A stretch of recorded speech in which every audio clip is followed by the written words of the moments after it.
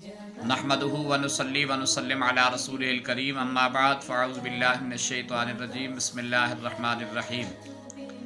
रमज़ानुल मुबारक के मुक़द्दस महीने में नमाज तरावी की बेशुमार फ़जीलत है।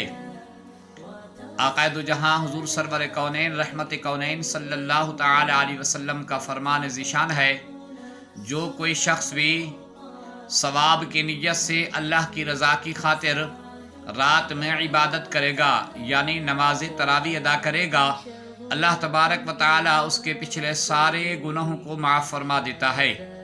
हज़रत आयशा सिद्दीक़ा रज़ियल्लाहु तआला अन्हा रिवायत फरमाती हैं कि आका करीम सल्लल्लाहु तआला अलैहि वसल्लम ने फरमाया, जो अल्लाह की रज़ा के लिए इबादत की गर्ज से अल्लाह की खुशनुदी के लिए रात में नमाज तरावी अदा करता है, अल्लाह ताला उसके गुनाहों को माफ़ फरमा देता है।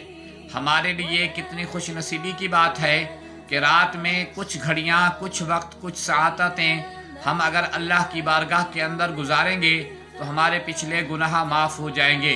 अल्लाह से दुआ है अल्लाह ताला हमें इस्तकामत के साथ रमज़ान शरीफ के अंदर नमाज तरावी अदा करने की तौफीक अता फ़रमाए।